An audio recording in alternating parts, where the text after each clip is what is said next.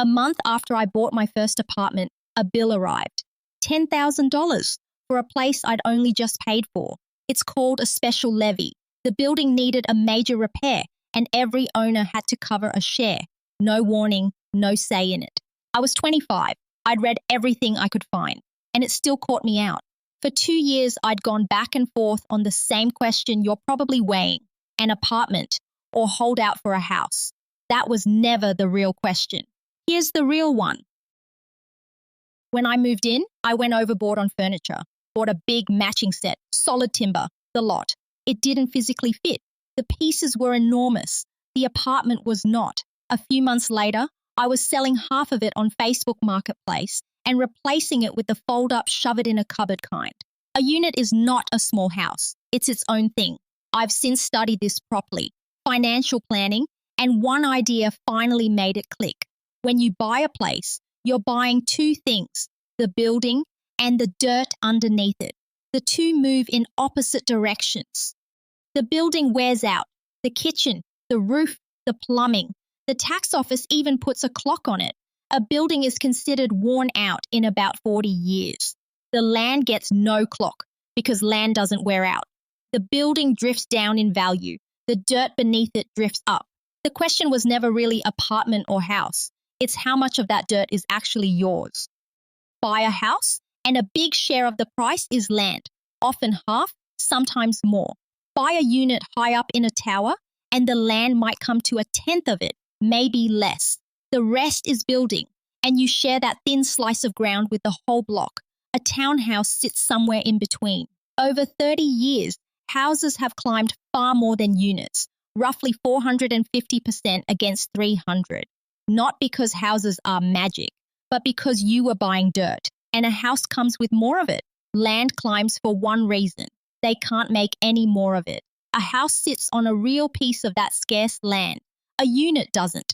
They can knock down the place next door and stack 50 new flats on the same ground. Anything they can keep building won't climb the same way, because your older unit is always competing with the shiny new ones down the road. Is a unit then a slowly dying box? It depends on how much actual dirt came with it and how easily they can put up more of the same right beside it. The building itself, your flat, plus the shared bones, the roof, the lifts, the walls, does two things at once. It loses value, and it charges you every year to keep it standing. When I was looking, nearly every building had a pool, a gym, a rooftop something.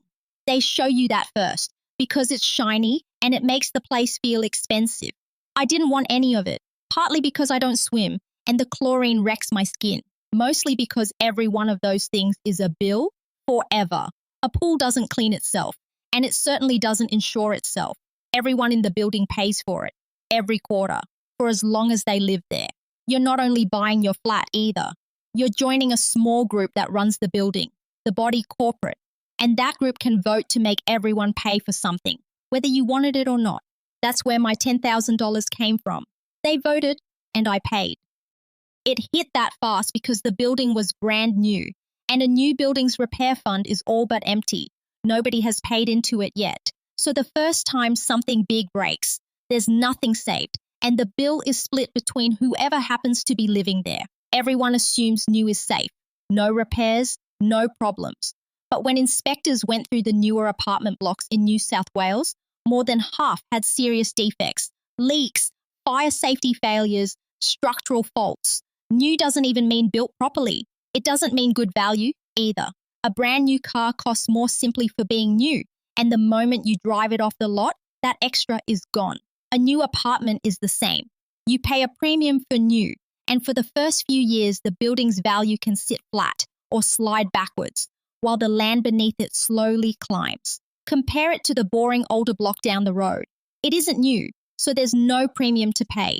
It usually sits on more land, the part that grows. It's also been standing long enough to have real money in its repair fund, so when something breaks, there's cash to cover it, instead of a surprise bill landing on you. That older, plainer place often does better over time, not as a nicer place to live, but as an investment. These bills only ever go up. Mine started at $680 a quarter. They set it low on purpose. It makes the building look cheap to run while you're buying. 12 years later, it's $1,300. The biggest driver is insurance. One building in Victoria went from $28,000 a year to $95,000 in 3. None of this is hidden though. There's a strata report and there's a repair fund balance, and you can ask to see both before you sign. The bill only ambushes the people who don't open the file. I didn't open the file. So why does everyone keep telling you to buy a unit now as a stepping stone to a house later? That's where it gets dodgy. This is the advice everyone gives you. Buy a unit now, get on the ladder, trade up to a house in a few years. Why did I actually buy? I was scared that if I didn't buy something right then, prices would keep running and I'd never catch up. So I bought. I still don't know if it was the right call. That same money invested elsewhere might have left me with more. I study this, and I can't tell you. Anyone who can is usually selling something. Does the stepping stone idea even hold up?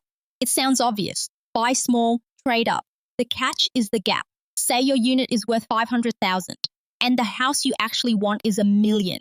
That's a $500,000 gap to close. But houses climb faster than units. So while your unit inches up, the house pulls further ahead. The gap doesn't shrink, it widens. Since the pandemic, it has blown right open.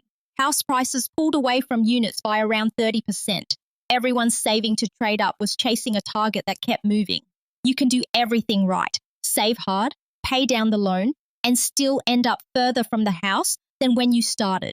You're not climbing toward it. You're running on the spot while it drifts away. It isn't always like that, though. It comes down to what you bought. A unit in a good spot, close to the city, close to the trains, the things people actually want, holds its value and keeps climbing. That can be a genuine step up. A unit stranded somewhere, they're still throwing up hundreds more, just like it is the one that traps you. The real question isn't, is a unit a good stepping stone? It's whether the house you want is pulling away faster than your unit and your savings can keep up. If your place holds its land and you stay disciplined, it can be. You can work that out with real numbers before you bet years of your life on it. Even then, most people freeze. The question that gets you unstuck isn't, can I afford the house? It's quieter than that. Am I buying a home or a portfolio? They're two different things, and most people never separate them. A portfolio is meant to make you money. It should grow, beat the alternatives, earn its place on a spreadsheet. A home has one job, to be the place you live. The trouble starts when you buy one and judge it by the rules of the other. Buy the unit and it stalls. The value sits flat. The strata bites. The house drifts further away. That's a real loss, but a recoverable one. You still have somewhere to live, and you can sell and move and try again. Wait instead, and the market can run without you. Prices keep climbing, rent keeps rising. The deposit you're chasing grows every year. In a country where a home already costs around 8 times what a household earns, that gap is hard to close. Unless, and this matters, your savings are doing real work in the meantime. Money sitting in a bank account loses to house prices most years. Money invested somewhere it can grow at a similar rate or faster can change the maths completely. That's a real path. And plenty of people have ended up wealthier doing that than buying. The catch is what you give up. The security of knowing you can't be moved on, and the rent you'd stop having to pay once the place is yours. Neither door is safe, but knowing which mistake you could survive is most of the decision. A home you actually own does something the spreadsheet never captures. It pays you back every week.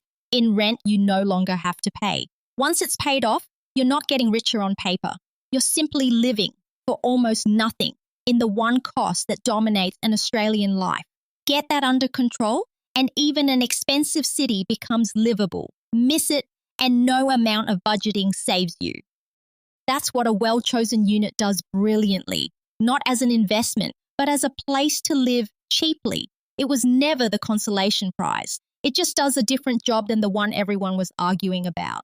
I bought on the ground floor, beside a small garden. No rooftop pool, just a patch of green by my door that feels like mine. Less to pay for, less to impress anyone with, and closer to what I actually wanted. Before you ask whether you can afford the house, sit with the smaller question. Am I buying a home or a portfolio? The worst outcome was never buying the wrong one. It's answering one of those questions while you quietly believe you've answered the other. If there's one thing to do tonight, it's this. Find the land value on your council rates notice and divide it by what the place is worth. That fraction is how much of your money is sitting in the part that actually grows. You can just look. Fare thee well.